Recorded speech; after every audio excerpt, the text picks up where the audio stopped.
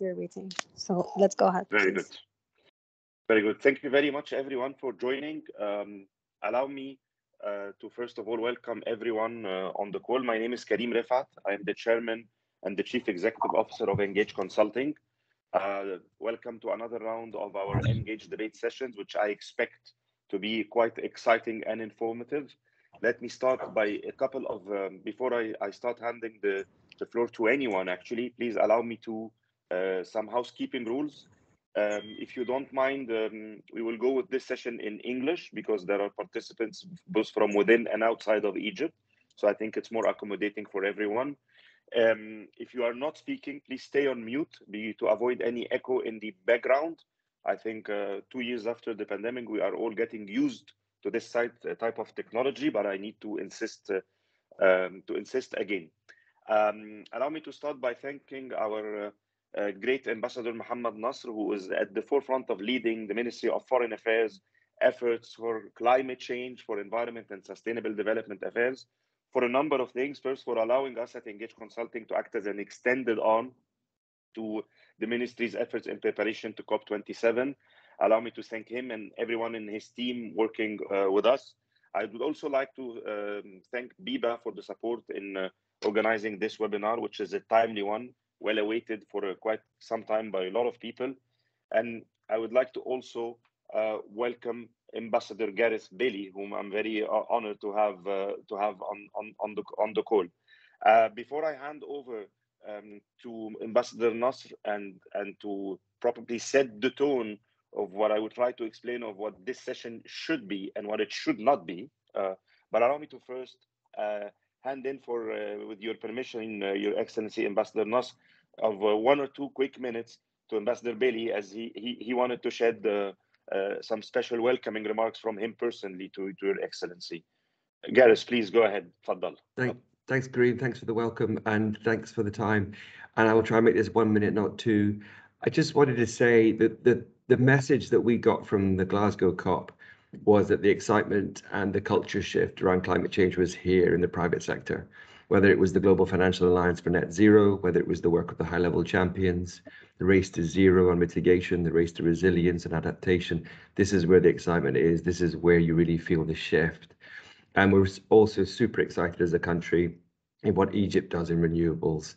And everybody's chasing this. We're all really excited, not just to get the most out of COP, but also to get the most we can for Egypt and for investment in Egypt on the renewables space.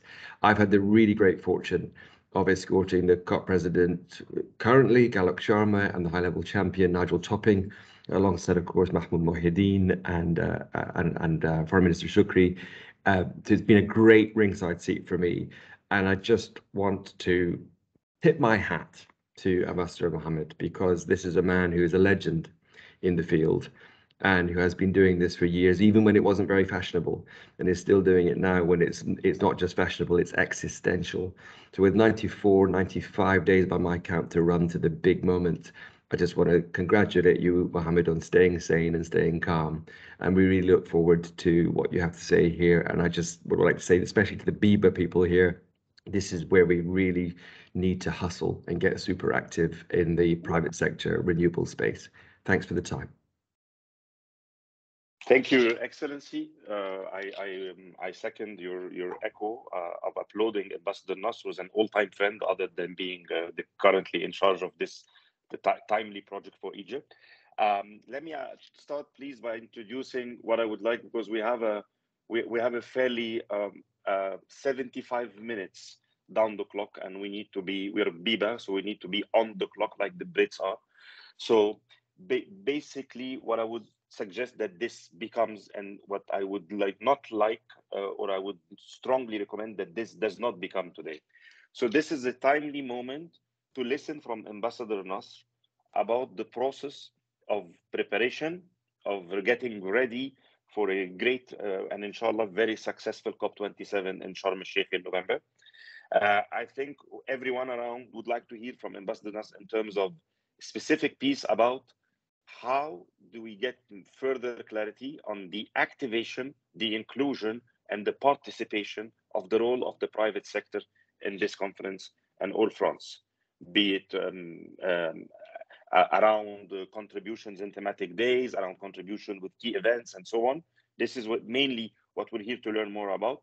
What I would not recommend that this becomes, this today is not a platform for a bilateral negotiations of interest of any specific client. I think there are mechanisms that Ambassador Nasser will share with us of how any company or party who has very specific requests that are related to him only can be addressed, and so on. And finally,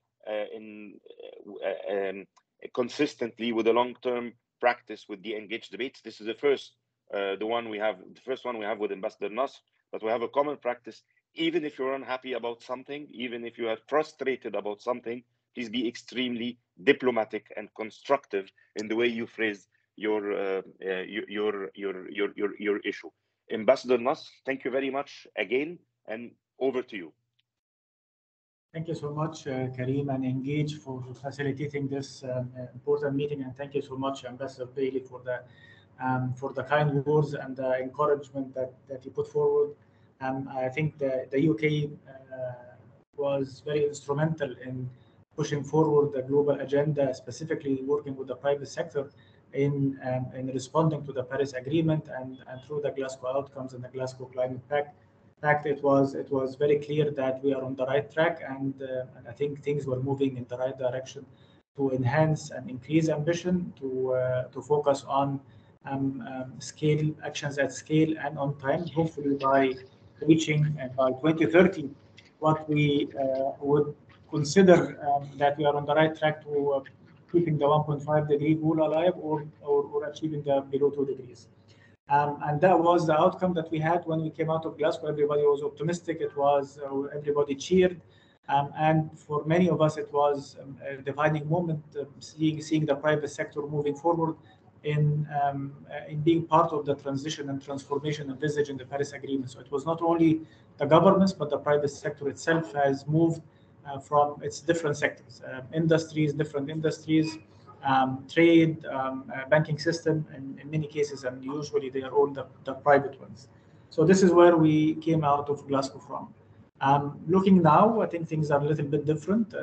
So other than the COVID challenge that was in Glasgow, we are seeing geopolitical challenges. We are witnessing cascading crises between food prices, energy prices, financial challenges, and debt crisis in the making.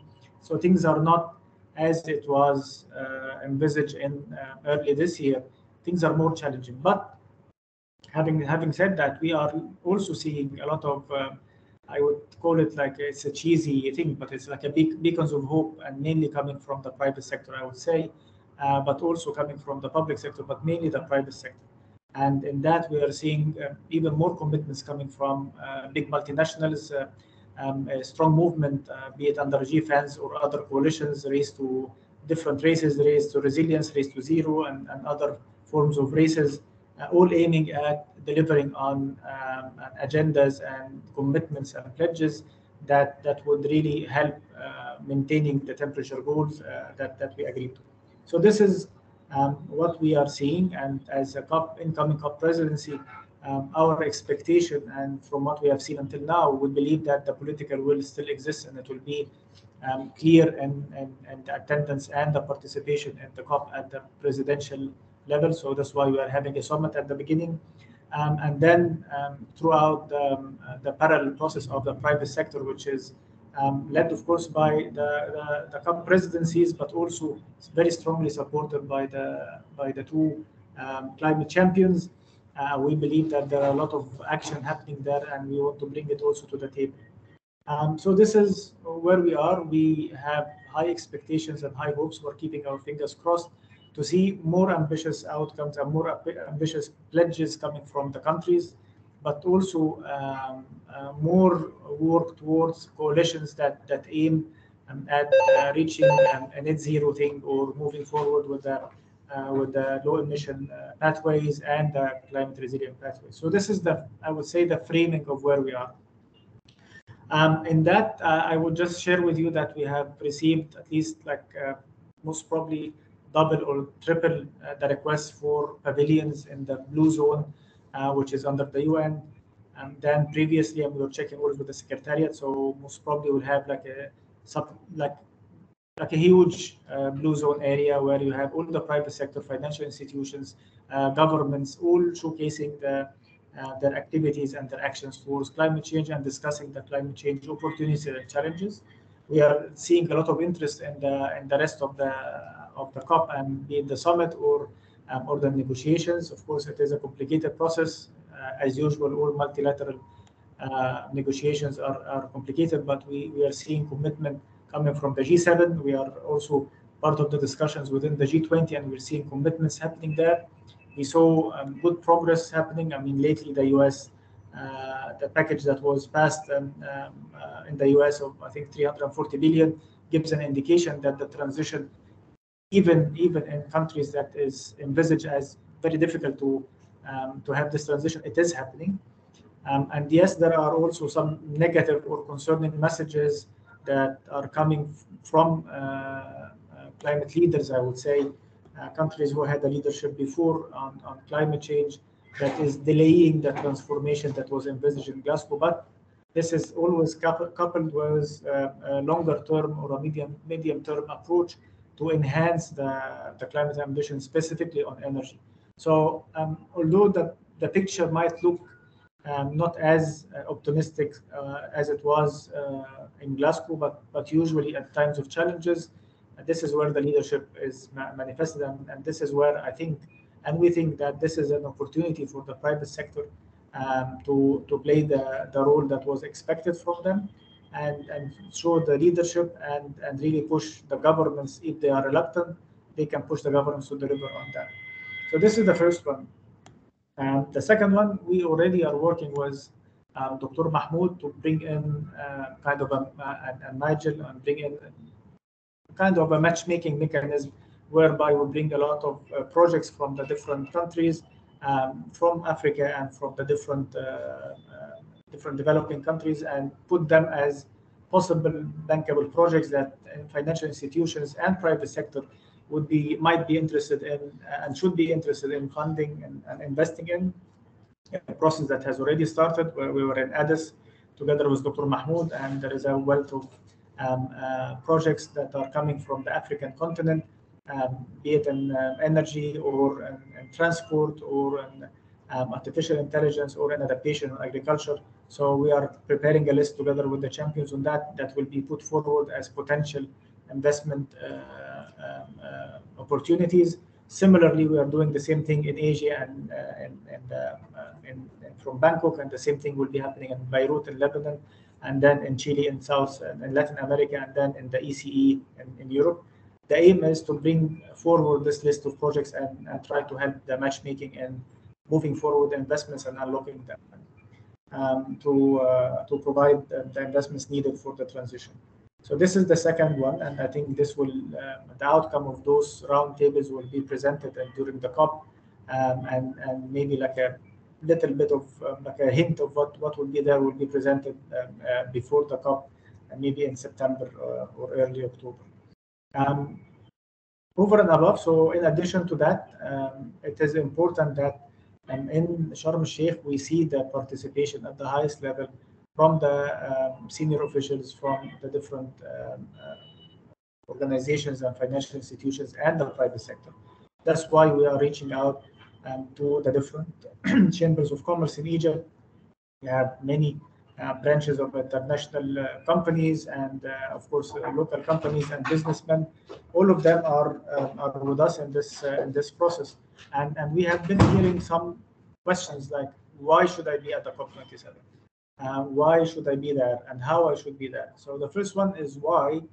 I think it goes beyond the question of why, because climate change is not a fashion thing, and it is not something new. It is as was confirmed in Glasgow. This is the new development model. This is the new direction of investments, and this is where things are happening. And those are this is where the opportunities are happening, and also this is the place and the space you discuss the challenges, and you listen to different experiences and maybe open opportunities, of course, in addition to networking and being part of this already agreed global movement in climate change. So Why should I be in COP27?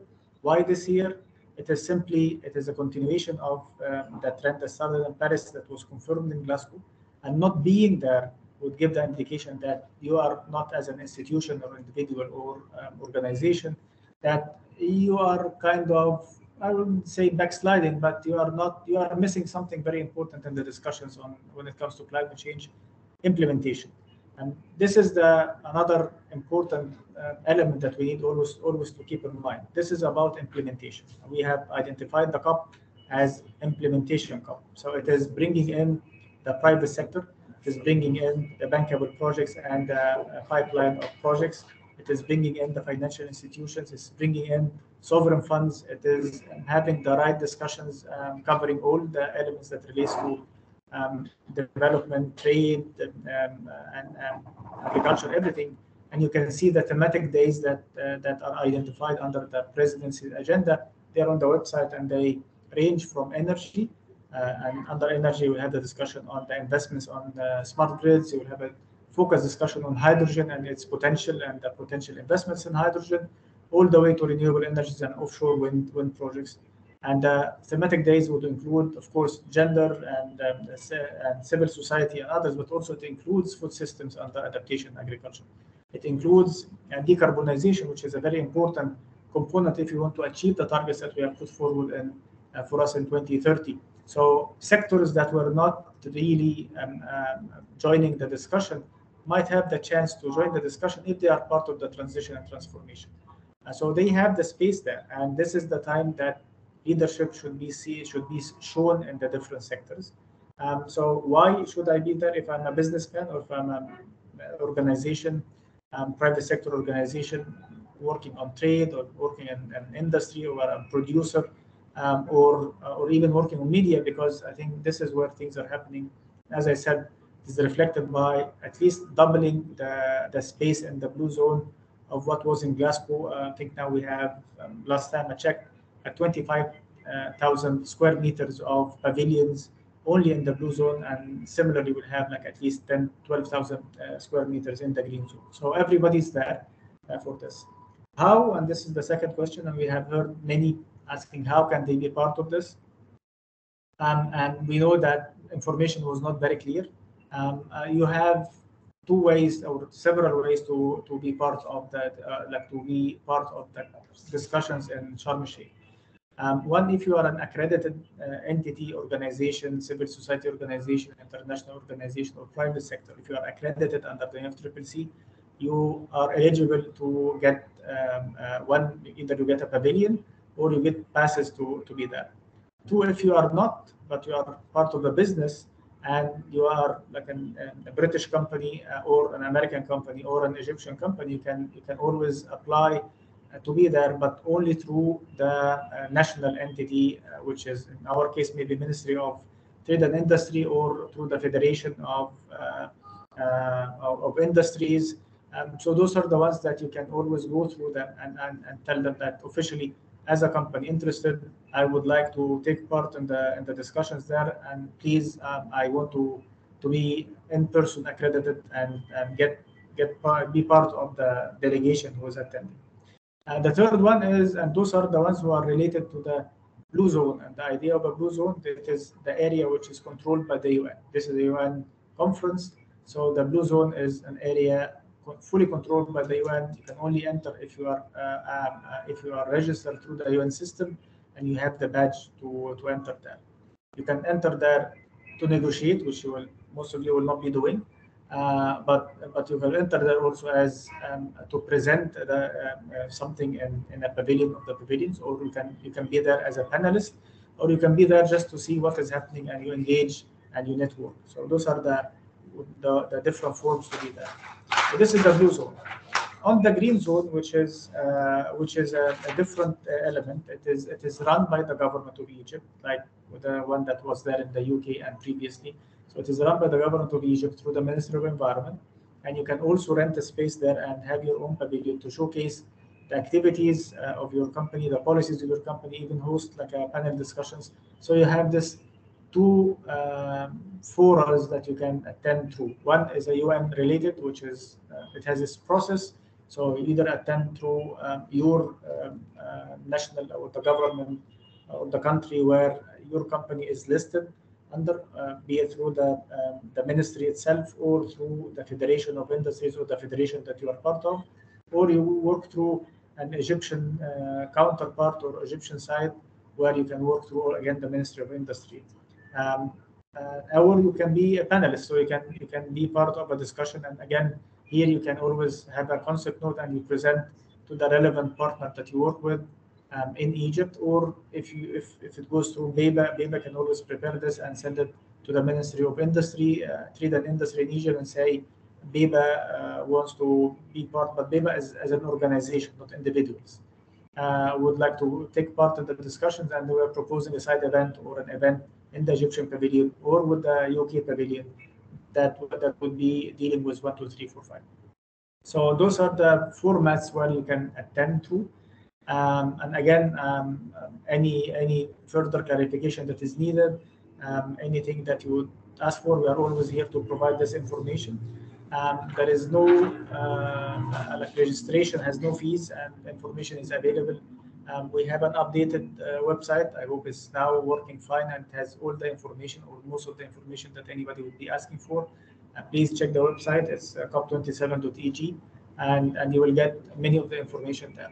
I'll stop there, and I'm here for questions and anything. Feel free to ask about anything. I know Karim said that you shouldn't be aggressive. Please don't be aggressive, but you can ask whatever you want to ask. I'm here to answer that. Thank you, and back to Karim. Your Excellency, thank you very much for this quite informative and quite comprehensive, of course, challenging and exciting times. And allow me to start by hitting right on the nail of the key question that we kind of felt we received by a lot of people already in preparation to this session. There is a feeling that is left around, I don't know, via the vibes, via the media, via the communication, whatever, that there is a differentiation between the appreciation of the importance of the blue zone versus the green zone. Hence, everyone is trying to look right, left, and center. How do I get into the blue zone? Giving everybody the feeling that this is where the key matters, where the important matters will happen, and so on. Everyone is trying to say, how do I get in, even if I were not a sponsor, if I don't have financial capabilities to come in as a sponsor. We need your accurate reading of the situation. Is it a first-class citizen? I'm trying not to be aggressive, but just is it the first-class citizen and second-class citizens between blue and green? Are they equal but different? Are they orchestrated to cater for different aspirations or for different roles, and so on? Please provide to us as much details on that space, because a lot of people are asking. Okay, this is, I mean, it's a very valid question. I mean, the COP27 is COP27. Okay, so you will be there, whoever is there for the COP is there for the COP. The discussions are happening in the blue zone and in the green zone. Of course, those are two different two different places run by two different entities, but they are dealing with the same thing. And people from the blue zone always go to the green zone and they engage and they follow up what is happening there. So this is in principle, it is cross-cutting in both things. And the themes that are discussed in the blue zone are also discussed in the green zone. There are, I would say, several differences there. The first one is that, as I said, blue zone is run by the UN. So to be part under the blue zone, you have to be accredited to the UN, you have to have a badge, UN badge, and you have to be part of one of the entities that are accredited to the UN. Discussions there happen, of course, between the private sector. Of course, it goes without saying, international financial institutions, of course, big entities, of course, but similarly, it will happen under the green zone. Maybe on a different level, but it will happen. So it is not first-class citizen and second-class citizen. It is a member of the UN club and non-member of the UN club. But both of them are as important, and both of them will have the activities, and both of them will give you the visibility and the networking, and also being part of the COP27, which in itself is an important component. This is to answer your question. And both of them are, by the way, I mean, like you have to follow a process, and you have, I mean, there is established process for the blue zone or the green zone. As I said, the only difference is that those are the accredited entities that are there accredited, and the other one is the non-accredited entities. But you can always attend or take part in one of the panels that will happen in the blue zone if you are eligible to, or if you have already something to say and be part of a panel discussion that is happening in one of the pavilions, be it the UK pavilion, the Egypt pavilion, the thematic days pavilion, or any other pavilions, the water pavilion, or anything else. Of course, if you are part of the panel that will be discussing one of the items, and by the way, you have at least 50 activities per day happening on the blue zone, so you can always be part of that. But you have to do this as part of whoever is running the pavilion. So if you want to be under the thematic days, then you'll be part of the panel that is identified by the Egyptian presidency as speakers in the thematic day on the specific item. If you will be attending something under the UK pavilion, and UK pavilion have activities, then you will be like a speaker, and you work well through the UK embassy, but also within the UK government. So this is the way it is planned. But again, I mean, you have participants in the green zone and the participants in the blue zone, almost the same number of participants. Thank you. And then yes, Ahmed is reminding me, for the applications in the online, if you want to rent, to have a pavilion in the blue zone, this is, I mean, I think the deadline has already passed. You can check online. Are there any? Sorry. So if you want to apply to get to have a space in the blue zone, I think the link is online, but I think the deadline has already passed. But if you want to apply for the green zone, they opened the green zone now, and it is available on the website as I mentioned. So you can check on the website with the process and everything. Your Excellency, if I may, can you still hear me? Yes. Yes, I just want to ask about when you said you can prepare a concept note or a submissions for your organization, your company, and so on, about to have a seat, a seat on the table or on the panel, because you have something that is valuable enough for you. So what is this something? Is it a project? Is it a concept note about your footprint in the space of sustainability and climate change? Is it an initiative to be announced? Are there specific guidelines that companies should be trying to match the criteria to be able to position themselves? Yes, of course. I mean, the thing is that you want to be there for a reason, and the reason is you are part of a discussion, and this is specifically for the blue zone. You are part of a discussion that relates very much to an issue of interest for you as a company, or an issue of interest for you as an organization, and you have substantial thing to say and to present. So if you are on the right track and you have a pathway, you're changing your policies, you are really fulfilling requirements for the transition that is envisaged and agreed to, then you have a story to tell. If you have a success story, and this is the main thing, if you have a success story that can be replicated, or if you have a policy that is really making a difference in your carbon footprint or in enhancing resilience, then you have a story to tell.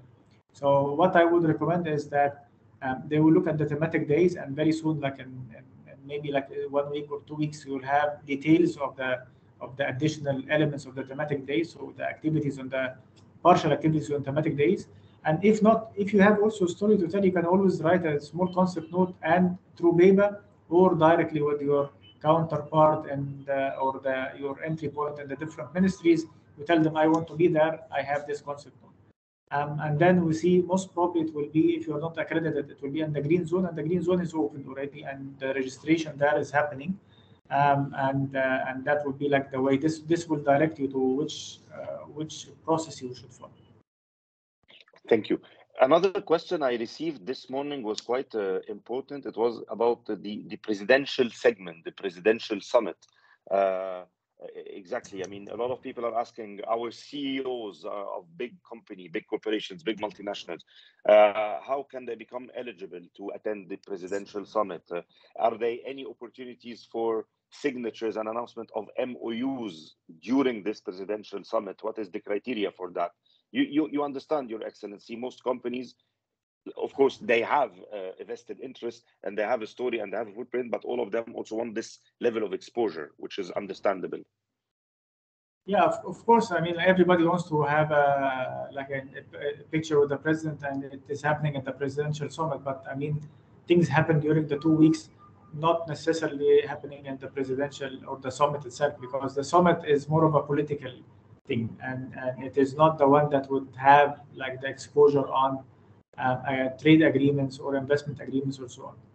Having said that, there is still, if it is something substantial, this is something major that could be put forward, we can work on something, not only for Egypt, but for anyone. I mean, we can look into something, but we are talking about like really mega scale to make things different. But because summits are political, presidents don't come for commercial and other stuff. They come only for politics, and they discuss more of a higher policies in relation to the future of energy, for example, or the just transition thing. Those are very policy-related topics rather than implementation-related topics. But we can still see, and that's why I was saying, if this is like a big company in terms of its footprint is having a major transformation and they have a story to tell, please send us, and we can always consider and present this to the presidency as one of the potential scenarios, because summits at the end of the day are decided by the presidencies, not by people like myself. But we just put different recommendations on. Let me move into another dimension, if you allow me, Your Excellency, for another question that I found quite interesting. I think I received it from several persons, and it's not organizational. It's not about how to participate or exist, but a lot of people are asking, how badly will the current political situation of turmoil in Europe, or this Russia-Ukraine thing, how badly can it hit this summit? I mean, we're all positive, we're all determined, we're all challenged. But what's your, being a diplomat after all, what's your evaluation? How badly can we get hit? I mean, this is where people need to really differentiate between the negotiating process, which is extremely complicated in itself and has a specific set of deliverables that have been established for 27 years now. This is called 27, and the parallel process, which is the informal process. And I think, as Ambassador have mentioned, if you look at the outcomes that came out of Glasgow, just put aside the negotiated process with the Glasgow Pact, you have a lot of other outcomes that on the different races, race to zero, race to resilience, and those are all private sector led. So this is the first one. Two, I'm looking at it from a different perspective. I'm looking at it from the number of requests and the size of requests that we are receiving from the private sector and other countries to have pavilions, be it in the blue zone or the green zone, which is a reflection of a commitment to be there in the discussion and be part and present and success stories. So if we were receiving little requests and requests that are not up to the expectation, then I would be worried when it comes to the part of the private sector and the investments and so on. What we are doing is that we are planning as much as we can, together by supported by the consultant and also together with partners, to design the different thematic days that allows for the space of the right discussions on the highest level with ministers, which represents the politicians, and parliamentarians who represent the constitutional arm, and also a private sector and other NGOs and CSOs, to bring in the discussions that would lead into and feed into the process for transformation. So yes, of course, there will be an impact politically, but this impact might impact the negotiations process, but should not impact the private sector. That's why at the beginning I said it is time to show leadership. The second point is that with the crises, by the way, and you are the business people, not me, the crises are really creating opportunities. I mean, speeding up the transition in renewable energy, speeding up the transition and phasing out of or phasing down of some of the fossil fuels, and really working hard to enhance energy security. The same applies for food security. The same applies for innovative finance. The same applies for the attraction of investments. I mean, everybody now is working on all those elements, and those elements are created and supportive for the private sector. So we are in BEBA, let's focus on the private sector part, and I think and I hope and I expect that we will be seeing like substantive progress there. On the political side, this is a different story, and this is for the governments to fix, and I'm sure that governments will be mature enough to have like the right outcomes there. Okay, so you would allow me, forgive me, Your Excellency, because I can see the chat is still happening. I'll go back a bit on the organization and I'll address the way differently. I'll try to recap what you told us to confirm it, because a lot of people are still asking, even of this very current chat. So the blue zone is under the control of the UN Secretariat of the UNFCCC. Of course, the Egyptian presidency is involved with that. The registrations for the blue zone is closed. However, you still may have a chance to participate and present your case via your federation or your business organization to have a case. Just to highlight this, the registration for the blue zone, that's the registration for having a pavilion in the blue zone. Registration to attend is not closed. It is open until like during the conference. It is an open process. If you are accredited, you can always, through your focal point, get registered in any time of the day, all the way until the last day of the conference. So it is more of like the pavilion side. The pavilion side.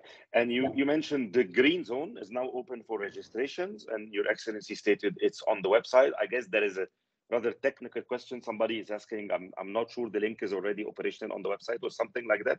I think that's an easy fix with the contact with your team and the team at the Ministry of Environment. But I'll go back. So you told us, and I'm sorry, I'm going to ask this question. I'll say it's Mohamed or Ambassador Mohamed. So you told us you work through your entity or your federation or whatever, or your thematic ministry, the Ministry of Trade and so on, to present your concept note or to present your position or your footprint to be able to get a seat on a panel or a table or an event or in a pavilion and so on in the blue zone. So if it's with the ministry and the secretariat and so on, how are we going to give you personally a headache?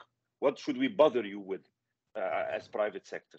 I'm never bothered, but what is the expectation now is that with your entry point ministry. So if your work, if your field of work is agriculture, for example, or food, or industry, some sort of industrial product, and you want to be there, and you saw on the thematic days that or without even looking at thematic days, you got your instructions from headquarters that the CEO wants to take part in a discussion around energy, okay, or around renewable energy, or around finance and the financial institutions, innovative finance. You just write a concept note and you send this to the relevant ministry that is handling that, and a copy to us. So if you are dealing with energy, then you will send it to the Ministry of Electricity, most probably, and you say, like, we know that this is a thematic day. Our CEO was there in Glasgow or was not in Glasgow, and he or she want to take part in a discussion on XYZ because this is relevant to our overall policy of the institution or the company. And in doing so, we are presenting something. So either we are joining the race, we are presenting, or we are part of the race and we are confirming our commitment and the transition and transformation. So this is the way it is. And through that, you can easily, identify your entry points from the different thematic days. And if there is any question or query, just like send to us, and we are always there to respond. Whoever is selected, then we are working on the design of the different activities or different panels per day. Whoever is selected will be informed. Of course, if they are, if they are not Egyptian nationals, and most probably they are not, they will be applying through their own countries. If they do not get this accreditation through their own countries, they will inform us, and we'll work on like issuing them this one-day accreditation, or only for the day of the panel accreditation. Thank you very much, Your Excellency. Now I want to move into a different dimension, because first of all, I cannot miss that call without thanking Nadia Lamloum from the BEBA for helping us organize this thing. But I want to try to pull Nadia into the discussion, if I hope she can still hear us well, because I understand the BEBA is planning to organize a parallel event during COP in Sharm El Sheikh. Maybe to take 1 or 2 minutes to allow Nadia and BEBA to shed the light on what kind of event, what kind of synergy or harmony do you want us to get on this event from the British people? Nadia, you want to share with us a minute or so of what your plans for this parallel event? Okay, thank you, Karim, and thank you, Ambassador Mohamed Nasr, for this very important discussion. I believe that a lot of members of BEBA were it was very helpful to hear everything you said. Regarding the conference that we're doing, based on the recommendation that we received from the Glasgow Chamber of Commerce, we decided, BEBA and the British Egyptian Business Association, to organize a two-day business forum alongside the COP27. It's going to be held on November 9th and November 10th. And this is open for British companies. There is a delegation coming from the Glasgow Chamber of Commerce and the British Chamber of Commerce to attend our conference. A number of BEBA members are attending. And this is a networking event because, as I believe, there are more than 30,000 people are going to be in Sharm El Sheikh, and there is a lack of networking. So we are creating this forum to allow networking for the British companies attending and for the Egyptian companies of BEBA to meet and to interact and to talk about a model to be followed, to talk about success stories, to talk about a number of innovation. In addition, we're going to have an innovation hub open for young entrepreneurs and for startups to give them the opportunity to showcase the project that they're having. So this is basically that we're having, that we're organizing, and it's going to be in Sharm El Sheikh, as I said, alongside the COP27. Very. Thank you, Nadia. معلش, sorry, Ambassador Nasr, معلش. Please bear with me. I still get additional questions, and maybe it's clear to me, but it's unclear to others. How can a simple businessman, that's the question I'm getting. Mohamed, please go ahead and shout. I mean, Mohamed Khalid, BDO, I think he's on the call. Mohamed, please. I read his question. I'm reading it on yeah. And that's why I was going to ask Ms. Nadia on two things. On this innovation hub or the showcasing of the work of the British companies, I strongly recommend that this happens through a pavilion in the green zone. And through this pavilion, you can always bring whoever you want from the business community to attend there, because then you will be informing the Ministry of Environment that those are the attendees in my pavilion, and there is no restrictions on that. I assume, and I think the process in the green zone will be just a simple process of registration with the Ministry of Environment. It is not the complicated process of being accredited first to be able to register as a blue zone. Again, the blue zone is a UN rules and UN ruled area, and the green zone is a government ruled area. So this is the thing, and I think you can write as BEBA to Ministry of Environment and the Minister, Dr. Yasmin, and tell her that BEBA members want to be there in the green zone, and they want to attend activities there, and also BEBA would be interested in having a small pavilion to showcase things or having activities in the green zone, and they are the ones running this whole show from their side. But I mean, for normal people, and as you say, normal attendees, as Mr. Mohamed has put it, I mean, this is the way to be part in the green zone. Would be like it go through the relevant ministry, which is Ministry of Environment in this case. Ambassador Nasr, I have a question to you. I've heard today that there is a third zone, the innovation zone. Could you please explain to us what's the difference between the blue zone, the green zone, and the innovation zone? Well, this is a new innovation, maybe from the Ministry of Environment, and but I mean, it can always be part. I mean, you can add whatever zones.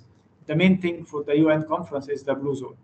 The green zone comes as over and above activity by the government to allow for the widest participation, be it from the nationals or internationals who are not able to enter the blue zone, but they want to be part of the big discussions and take take part in the discussion. And then it seems that the Minister of Environment, I heard about it, but I don't have the details. It seems that Ministry of Environment is creating something that is focusing on innovation and startups and entrepreneurs, which is important and very important.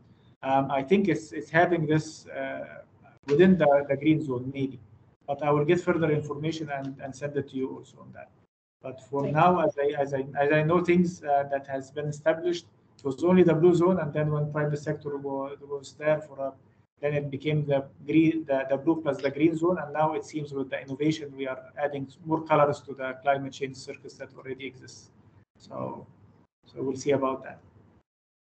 All right, thank you, Excellency. Thank you, Nadia. Ambassador, if you allow me to try to go towards the conclusion of this session, Gareth, if you allow me, can I invite you now again, Gareth Bailey, of course, Your Excellency Gareth Bailey. After what you've heard from Ambassador Nas, what would be your recommendations to the British private sector after what we heard for the coming few months and few weeks in the build-up to COP27? What would you recommend to us as corporations or as British businesses to do and work and focus on?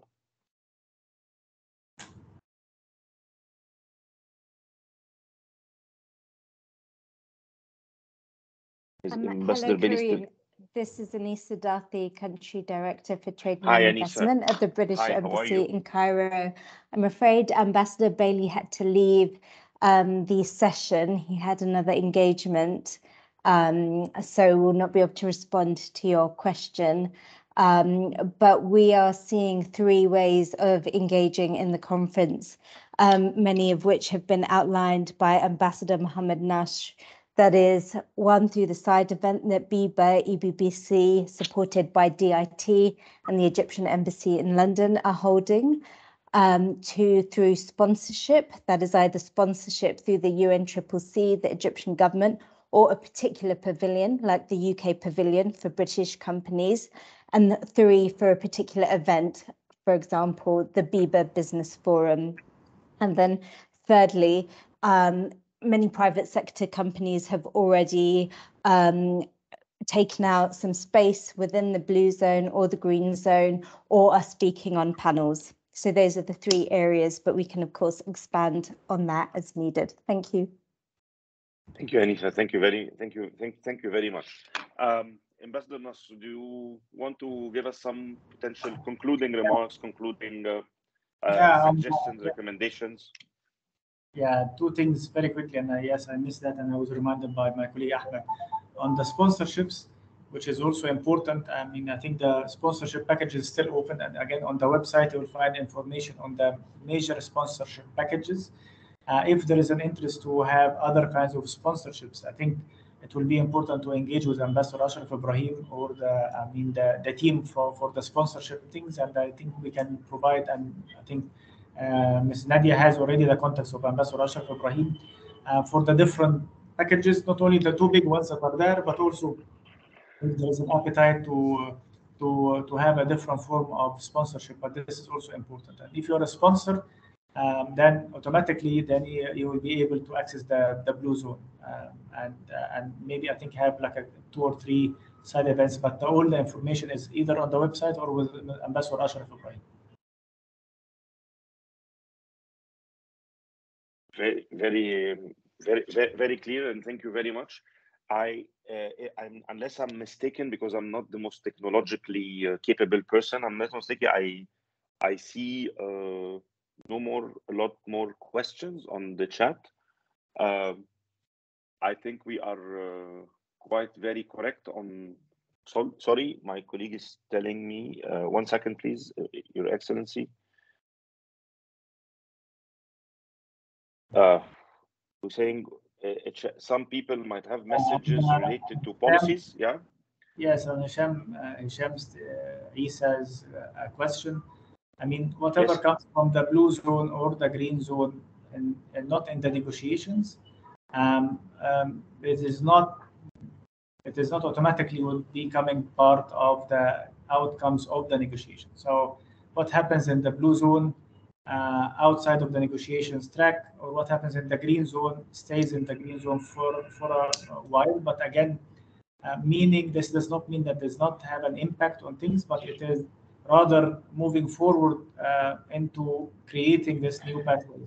So for example, if you are talking about the race to zero and the race to resilience, which all these races that we heard about and all the coalitions that we're hearing from the companies, those elements are not reflected in the outcomes of the negotiations. Negotiations cover very technical stuff with some political flavor to it. So it is not part of the bigger movement, I would say, and I have to say that this is the bigger movement of the private sector, which is usually private sector tries to avoid being straitjacketed under policies and laws and transparency processes and so on and so forth. But again, whatever comes out as either initiatives, which is by the presidency or others, or calls or declarations coming out on specific items, would provide like the pathway and provide the visibility on the future of the specific issue that is being discussed. So it is not only in the negotiations, but it is also and now getting more important within the private sector and the other process. Just responding to Mr. Hisham Isa. Thank you very much, Your Excellency. I think we are quite enlightened by a lot of details and a lot of input from you. I'm very happy to see that we are actually a little bit ahead. Sorry. Oh, another question. I'm sorry. Every time I try to, I'm just trying not to. Road to COP27 are under the auspices of the Ministry of Foreign Affairs. There are several activities that are happening. Some of them are, I mean, being under the auspices does not mean that they are part of the negotiations or part of the thing. They provide support and input maybe for and clarity and direction for a discussion. So yes, there are some activities happening. Some of them are on the ministerial level, like the international, the ICF, the International Cooperation Forum, happening from 7th to 9th, and maybe some others. And those ones are like wherever you have a big conference in the world, you usually have like a lot of activities happening, and many of them would like to have the stamp of the COP presidency. If they fit within the vision agenda of the COP presidency, then they are of course part of it. But those are not part of the focus of the negotiating outcomes.